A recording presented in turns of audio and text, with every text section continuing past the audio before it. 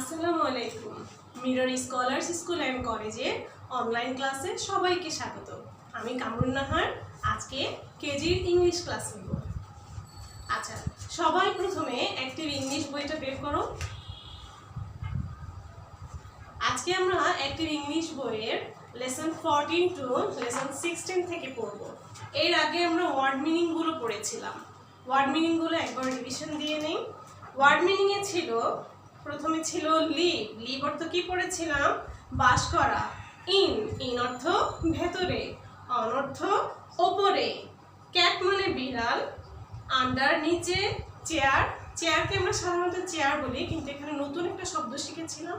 Chair মানে হচ্ছে কেদারা, ঠিক আছে? এরপরে বিগ, বিগ মানে বড়। আমরা সবাই কিন্তু জানি এটা, তাই না?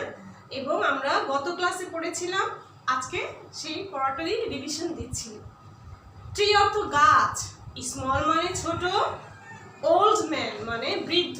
আমরা বয়সে যারা একটু বয়স যাদের বেশি হয় তাদেরকে একটু বৃদ্ধ বলি না, সেটাকে আমরা ইংলিশে ওল্ড ম্যান বলি। আর ম্যান, ম্যান অর্থ কিন্তু আমরা সাধারণত পুরুষ মানুষকে বুঝি। তো সেক্ষেত্রে কিন্তু আমরা আবার ম্যান অর্থ পুরুষ বলতে পারি, আবার শুধু মানুষও বলতে পারি, আবার ম্যান অর্থ পুরুষ মানুষ এটাও বলতে পারি, ঠিক আছে? এখানে তিনটা শব্দই কারেক্ট হবে। এরপরে চাইল্ড, চাইল্ড অর্থ শিশু। ওমেন নারী। শাউটিং, চিৎকার করছে বা করছি। যদি আমার নিজের বেলায় হয়, যদি আমি সেখানে আই এবং উই ইউজ করি, সেখানে শাউটিং, সেটার বাংলা অর্থ হবে যে আমরা অথবা আমি চিৎকার করছি। আর যদি হি অথবা সি দিয়ে দেই বা দে দিয়ে দেই, তখন কিন্তু ওটার বাংলা অর্থের মধ্যে শাউটিংটা হবে চিৎকার করছে, ঠিক আছে? এভাবে ইটিং, ইটিং অর্থ খাচ্ছে বা খাচ্ছি। তারপর স্পিকিং, কথা বলছে বা বলছি। দে তারা। রিডিং, পড়ছে বা পড়ছি। আচ্ছা, আজকে আমরা শিখব এক্সারসাইজ 5, পেজ নাম্বার হচ্ছে 23 এর আজকে আমরা মেক সেন্টেন্স পড়বো, ঠিক আছে?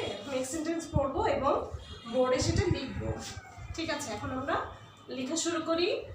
তোমরা তোমাদের ইংলিশ CW খাতাটা সামনে নাও।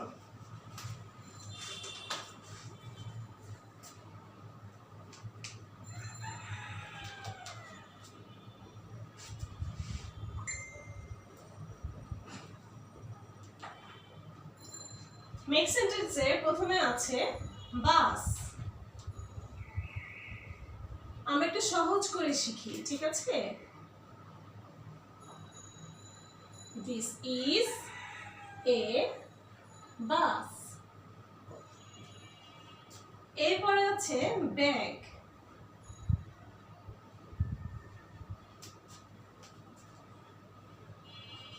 তাহলে আমরা ব্যাগ দিয়ে কি লিখতে পারি?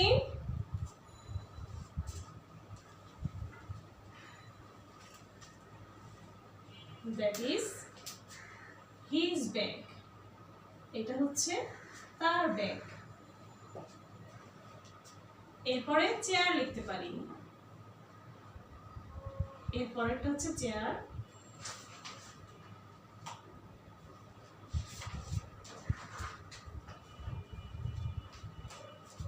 চেয়ার দিয়ে লিখি the cat is under the chair. The cat is under the chair.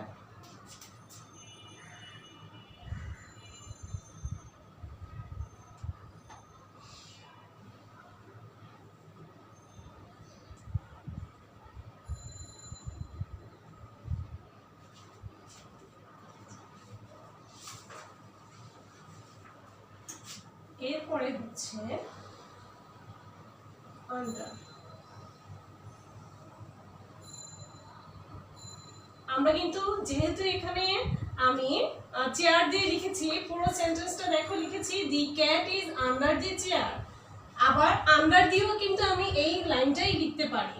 আমার কাছে মনে থাকবে সহজে এবং সহজে লিখতে পারবো, সেটাও হতে পারে।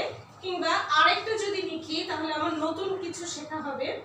তাহলে আমি লিখতে পারি a bag is under the chair, ঠিক আছে? এ bag is under the chair.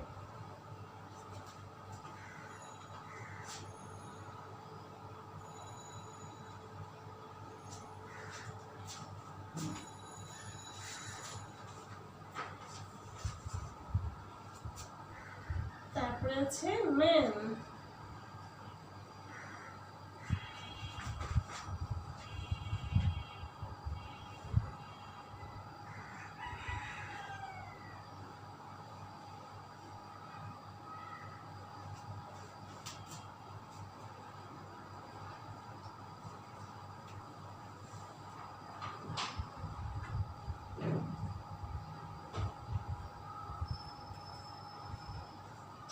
The man is old. এরপরে লিখতে পারি, এরপরে লিখি woman.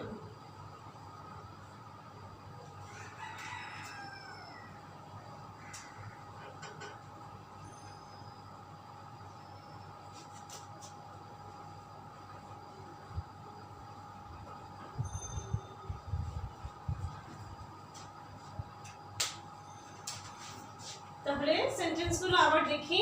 বাস, বাস দিয়ে কি লিখলাম? দিস ইজ এ বাস, এই হয় একটি bus. Bag, that is his bag, ওটি হচ্ছে তার ব্যাগ। Chair, the cat is under the chair, the cat is under the chair. Under দিয়ে কেউ চাইলে এই সেন্টেন্সটাই আবার লিখতে পারো, আর না হয় আমরা নতুন একটা সেন্টেন্স শিখি। Under, A bag is under the chair, a bag is under the chair. এরপরে লিখবো man. man দিয়ে কি লিখেছি? the man is old, লোকটি বৃদ্ধ। woman, she is a woman, তিনি একজন নারী। এখানে দেখো woman, সেজন্য এখানে she হয়েছে। এখানে যদি আমি আবার he দেই, he বলতে কিন্তু পুরুষ মানুষ বোঝায়, তখন কিন্তু আমার আবার woman দিয়ে লিখলে হবে না। ঠিক আছে? তাহলে তোমরা লেখাগুলো তাড়াতাড়ি করে কমপ্লিট করো, খাতায় লেখাগুলো শেষ করে নাও।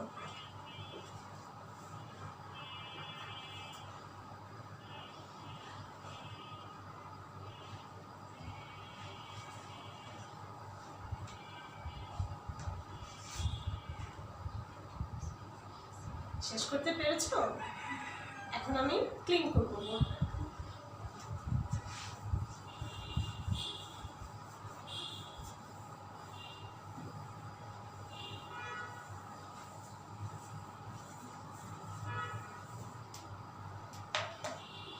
এরপর এক্সারসাইজ নাম্বার 3 তে যাব। 3 তে কি বলেছে? fill in the gaps with appropriate option.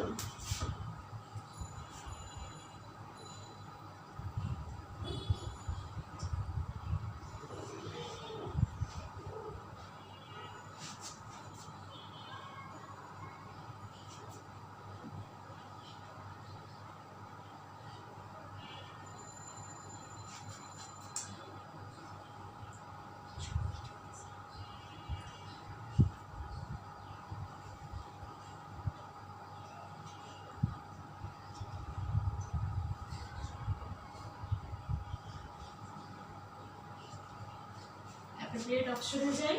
প্রথমে হচ্ছে নাম্বার 1,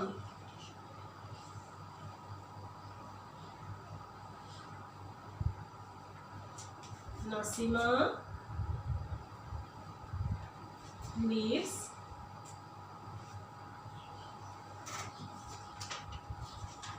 দেখো আমার ব্র্যাকেটে দুটো অপশন দিয়ে দিয়েছে। আমি এখানে এই fill in the gaps এ কি লিখবো? ইন লিখবো নাকি অন লিখবো? কি হবে এখানে?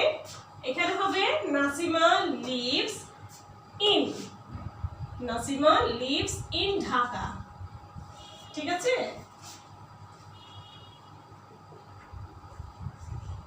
নাম্বার 2 তে আছে দি বয় ইজ সিটিং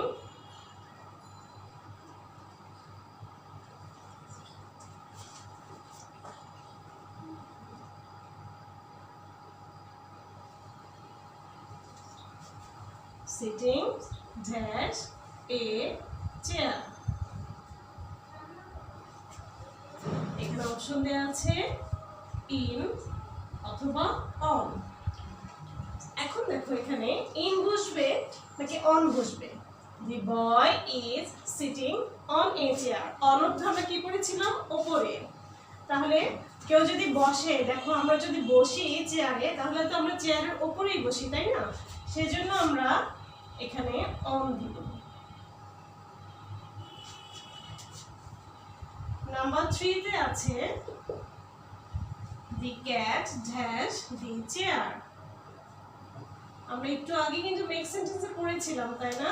ওখানে কিন্তু আন্ডার লিখেছিলাম। ক্যাট তো সাধারণত চেয়ারের নিচেই থাকে, তাই না? ও তো আর চেয়ারের উপরে বসাটা বোঝে না। হ্যাঁ, তাহলে লিখতে হবে আন্ডার দি চেয়ার। এখানে অপশন দেওয়া আছে আন্ডার এবং অফ, তাহলে কি হবে এখানে? আন্ডার।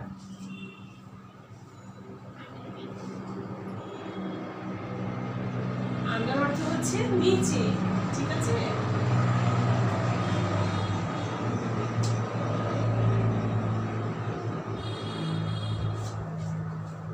তাহলে কি হবে এখানে? আন্ডার। আন্ডার মানে নিচে।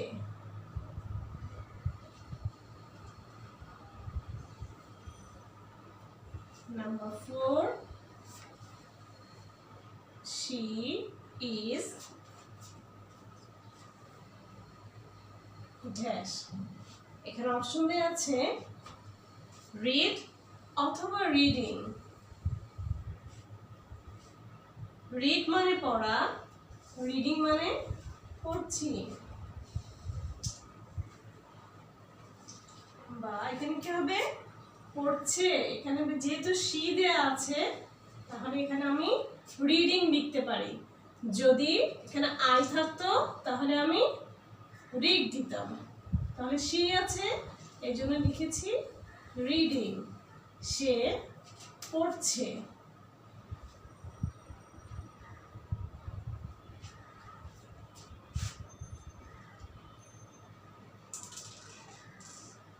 Number 5 dash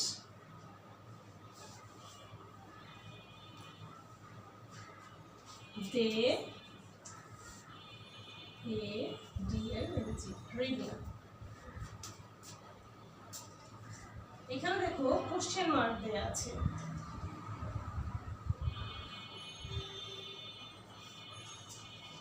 অপশন দেয়া আছে ইজ অর আর।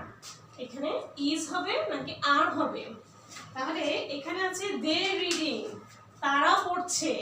এখানে কোশ্চেন মার্ক করা আছে, তাহলে আমরা কি দিয়ে কোশ্চেনটা করব? আর দিয়ে করব। আর দে রিডিং, তারা কি পড়ছে? দেটা হচ্ছে প্লুরাল, প্লুরাল সেজন্য এখানে আমাদের আর ইউজ হয়েছে। আর যদি এখানে সিঙ্গুলার থাকতো তাহলে আমরা ইজ ইউজ করতাম। তাহলে সবাই লেখাটা তুলে নাও খাতায়।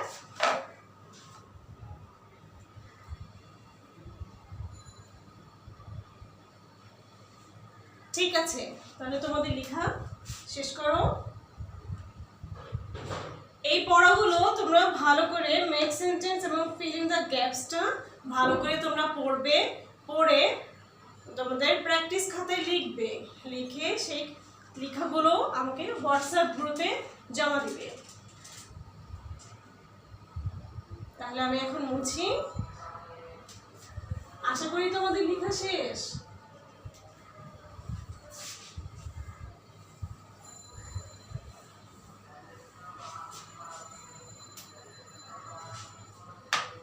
ঠিক আছে, তাহলে আজকে এ পর্যন্তই। সবাই ভালো থেকো, সুস্থ থেকো। আগামী ক্লাসে আবার দেখা হবে ইনশাআল্লাহ। আসসালামু আলাইকুম।